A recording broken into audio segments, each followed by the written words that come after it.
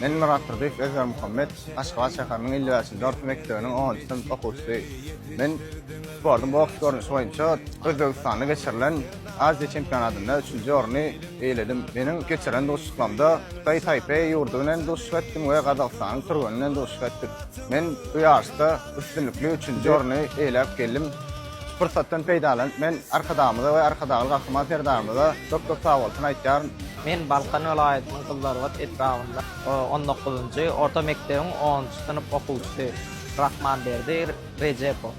Özbekistan döwletinde geçirilen Aziýa ýarşynda çykyş edip 2-nji orna eýe boldy.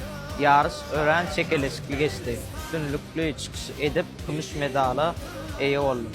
Bize Silarial halkara ýarşlara gatnaşdyrma mümkinçilikler ötüp berýän gahryman arkadamyza, arkadagy gahryman Ferdamyza köp sag bolsun aýtýar.